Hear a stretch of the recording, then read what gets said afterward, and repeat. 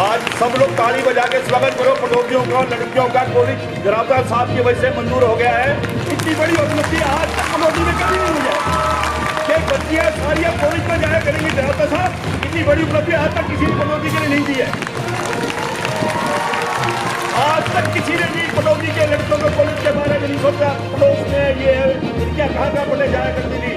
आज जरावता साहब कल मैंने पढ़ा है, आपका बहुत बहुत धन्यवाद। ऐसा पटौदी में कभी नहीं हुआ। बहुत बहुत धन्यवाद, बहुत बहुत धन्यवाद। पटौदिया भारी रहेगा, पटौदिया भारी रहेगा।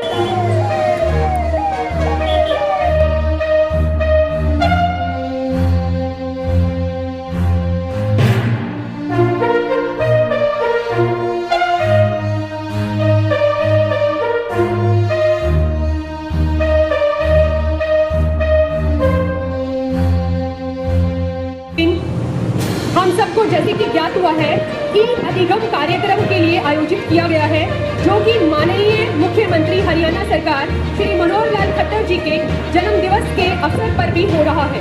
तो मैं अपनी 2 पंक्तियों के साथ माननीय मुख्यमंत्री जी को जन्म दिवस की हार्दिक बधाई देना चाहूंगी।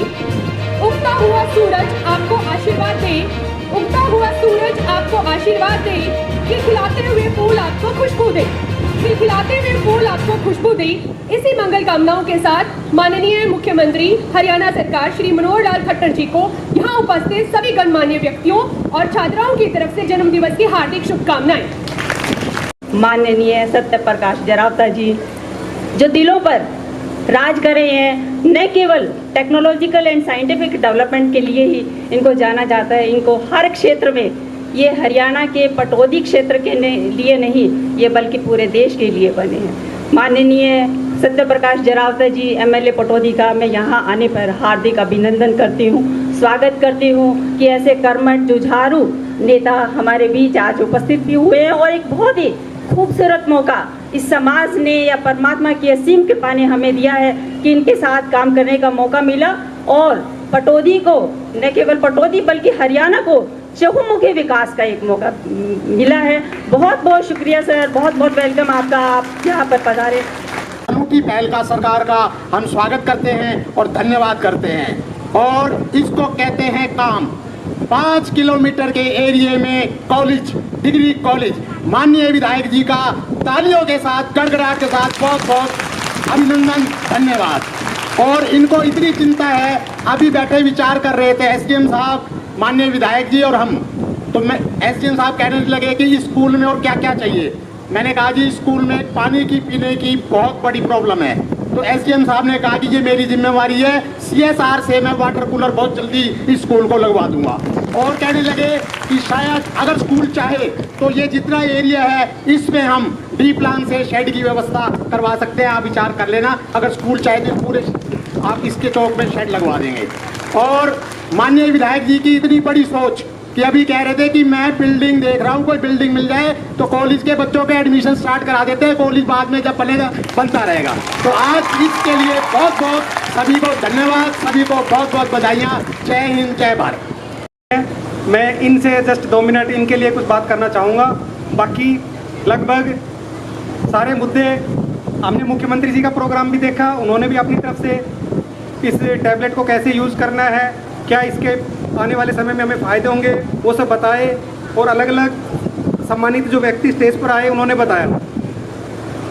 जो हमारी प्यारी बच्चियाँ बैठी हुई हैं, मैं इनको ये बताना चाहूँगा कि आप ये ना सोचें कि हम सामने बैठे हैं तो बिना किसी मेहनत के यहाँ तक पहुँच गए हैं। एक टाइम था जब हम भी आपकी तरह ऐसे सामने बैठते थे, और आप तो चलो कम से कम कुर्सियों में बैठी हुई हो, हम तो नीचे बैठते थे।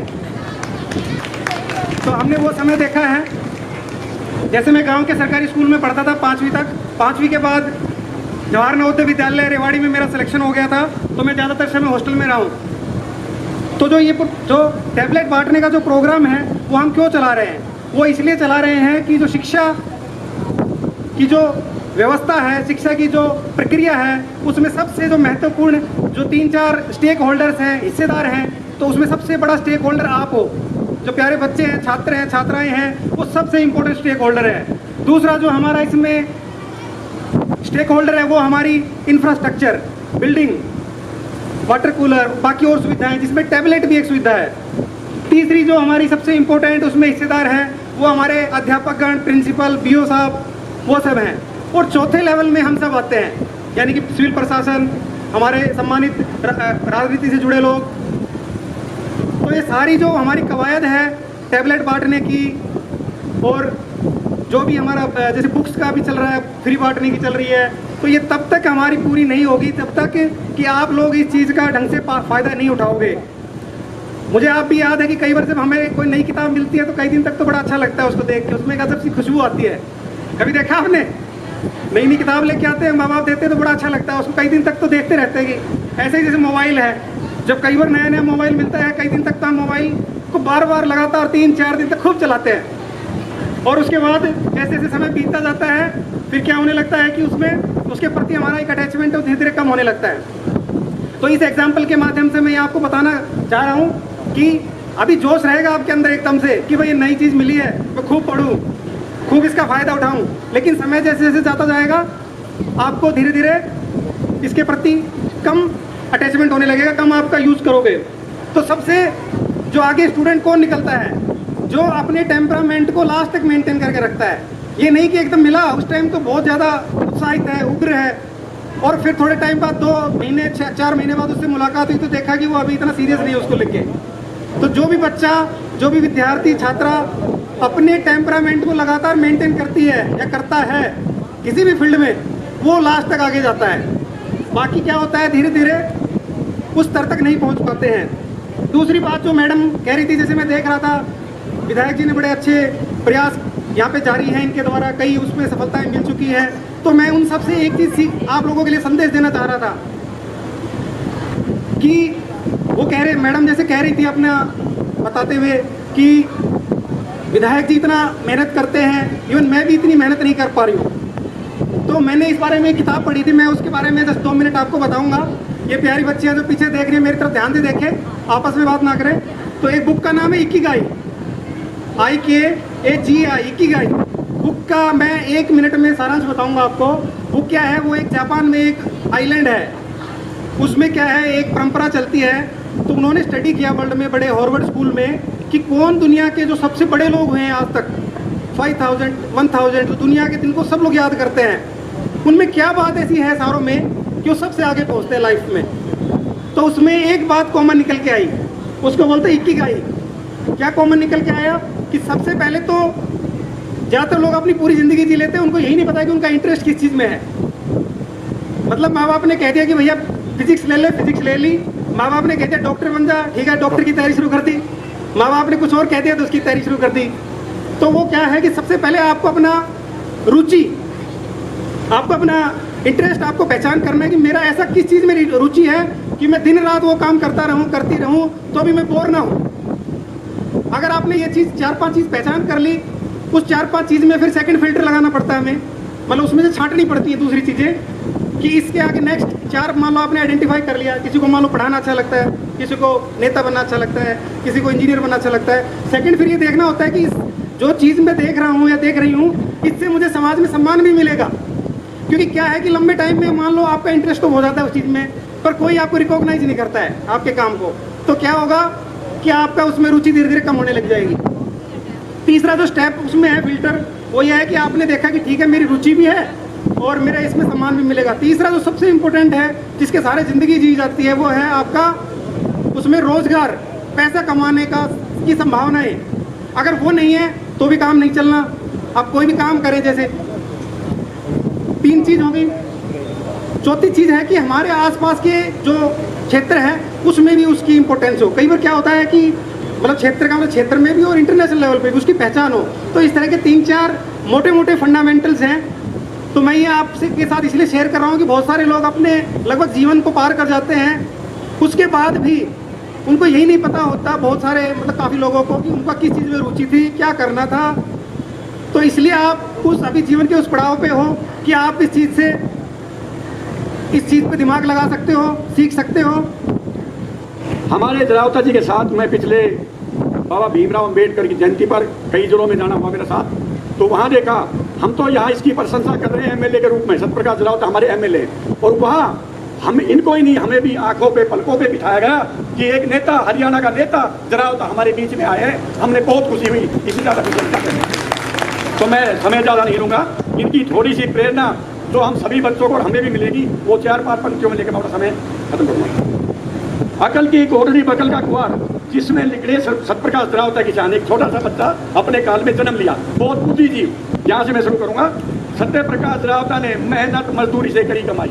शुरुआत इनका जीवन बड़ी मेहनत और मजदूरी का था।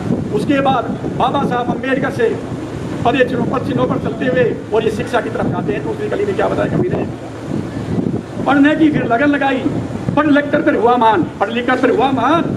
बैंक के फिर पहुंच गया द्वार, पढ़ लिख कर जनाब बैंक में पहुंच गए, अच्छी पढ़ाई करी और बैंक में मैनेजर बन गए।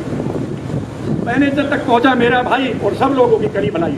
बैंक में मैनेजर हुए और वहाँ अपने कार्यकाल में बड़ी ईमानदारी से लोगों का बड़ा भला किया, काबिल तारीफ इसकी जोरदार तालियां दिया। और आज में फिर ली कमान, ब्लॉक चेयरमैन की कुर्सी पर हुआ था आसीन, ब्लॉक की चेयरमैन की कुर्सी पे हुआ आसीन। गांव में जैसे लगे विकास की मशीन, गांव में जैसे विकास की लगे मशीन, ब्लॉक के चेयरमैन हुए और वहाँ इन्होंने गांव का बड़ा डेवलपमेंट किया, बड़ी काबिल तारीफ। उसके बाद आगे फिर और मन में इनकी थी, यहाँ तक ही नहीं रुके, मन में कुछ और ठानी, मन में कुछ और ठानी और ITI की पढ़ाई करानी। भाई रोजगार की दिक्कत आ रही थी तो वो ITI पढ़ाई जाए, रोजगार में इन्हें हेली मंडी में ITI खोली जरूरत और बड़ी लगन से और वहाँ पढ़ाई के लिए लोगों को बहुत रोजगार दिलाया।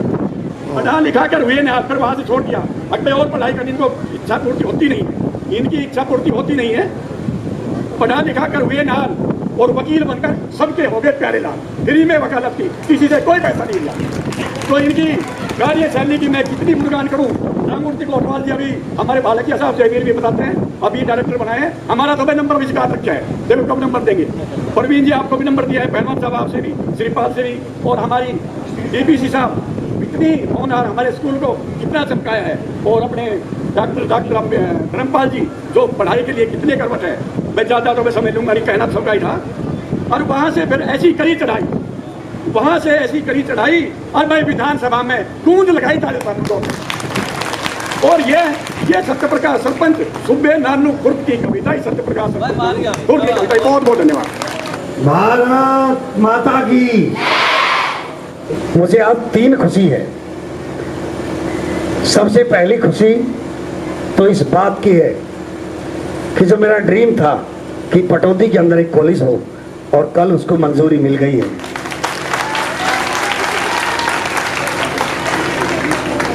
दूसरा, जिस महान शख्स के कारण 2.5 करोड़ हरियाणा की जनता के नुमाइंदे जो आपके हमारे सबके चहेते हैं, हमारे यशस्वी मुख्यमंत्री आदरणीय श्री मनोहर लाल जी का जन्मदिन है।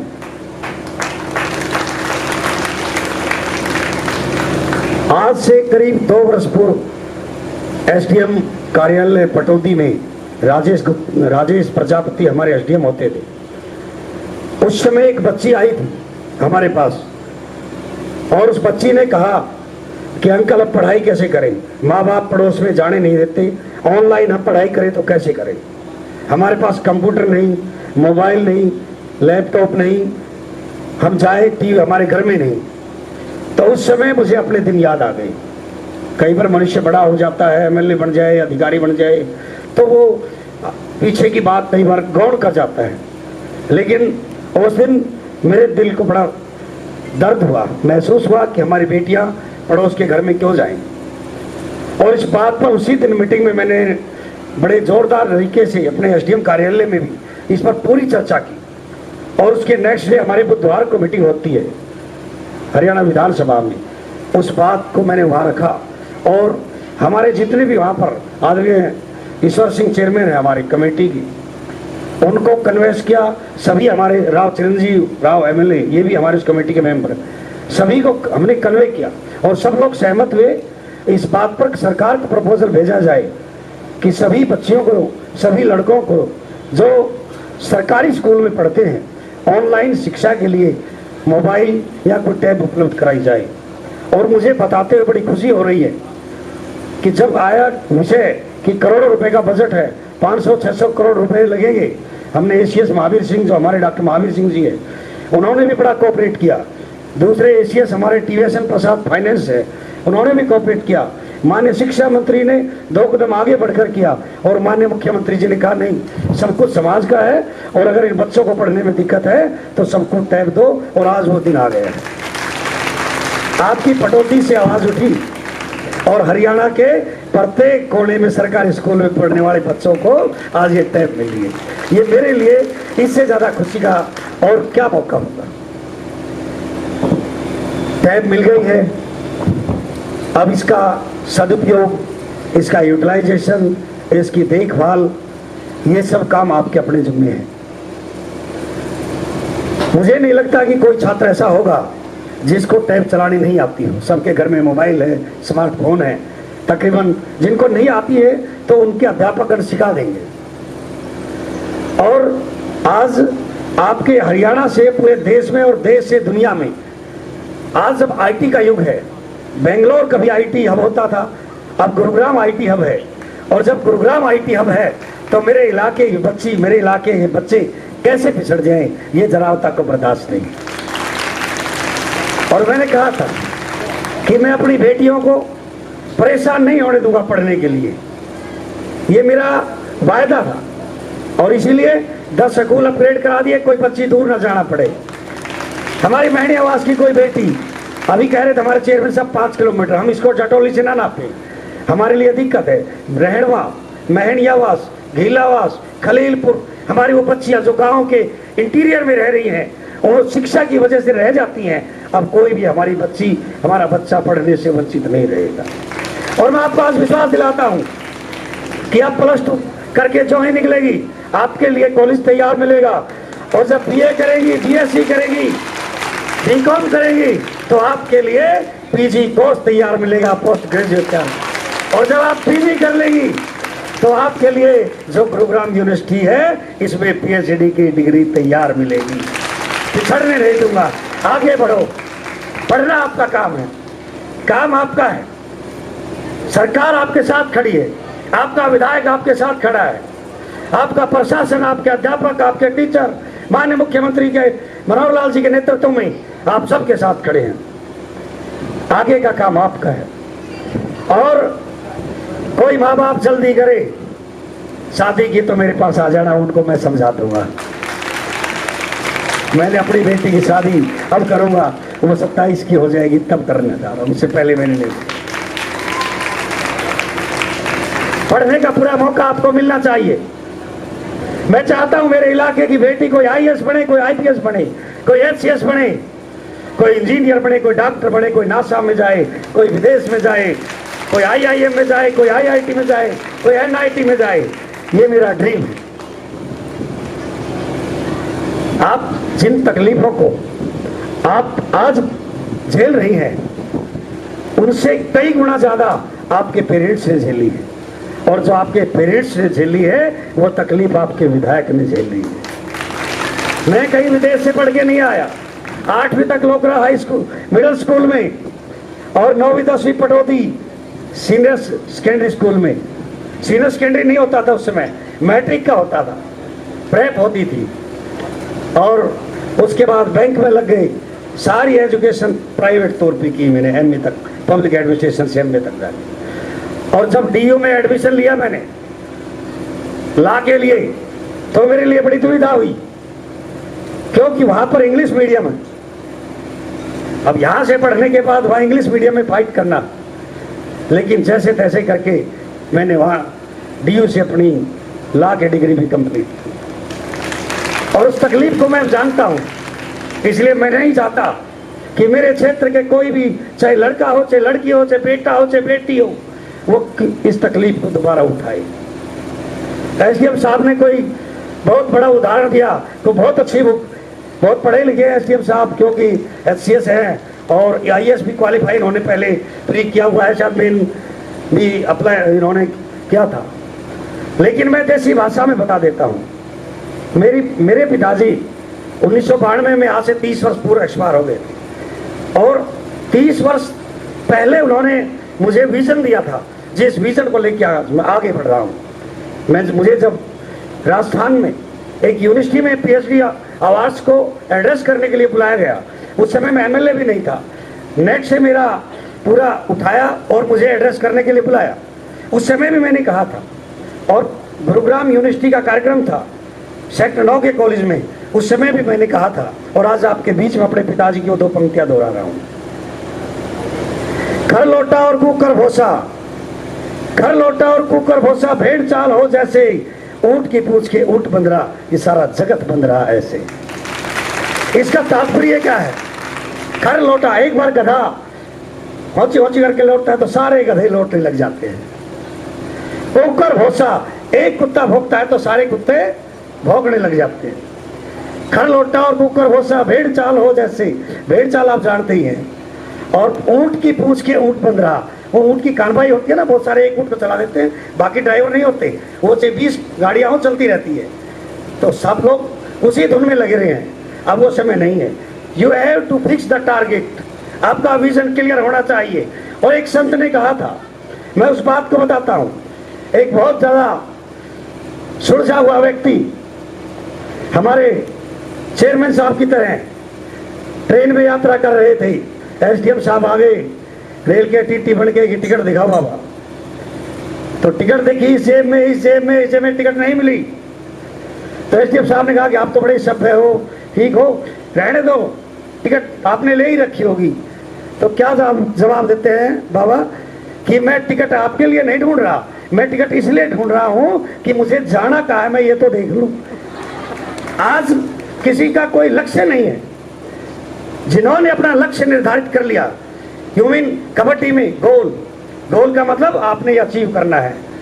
मैं बैंक कर रहा हूं, बैंक में टारगेट होते थे, आपने टारगेट अचीव करने हैं। इसीलिए हमने अपने जीवन के अंदर, आज हम 10th 12th के हैं, और 10वीं के बाद जब आप 11th में जाते हैं तो आप अपने काफ़ी सारे आपका विजन क्लियर हो जाता है, और जब 12th के बाद आप जाते हैं तो आपका बहुत सारा आपका टारगेट क्लियर हो जाता है।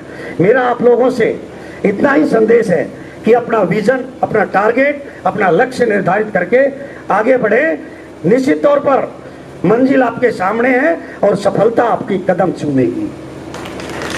याद रखिए, बहता पानी निर्मला, रोक्या गंदा हो, साधु तो विचारवान भला, दाग लगे नहीं कोई। मेरा ये मानना है कि चलते रहिए, आप चलते रहेंगे, मंजिल अपने आप आएगी, मेहनत करते रहिए।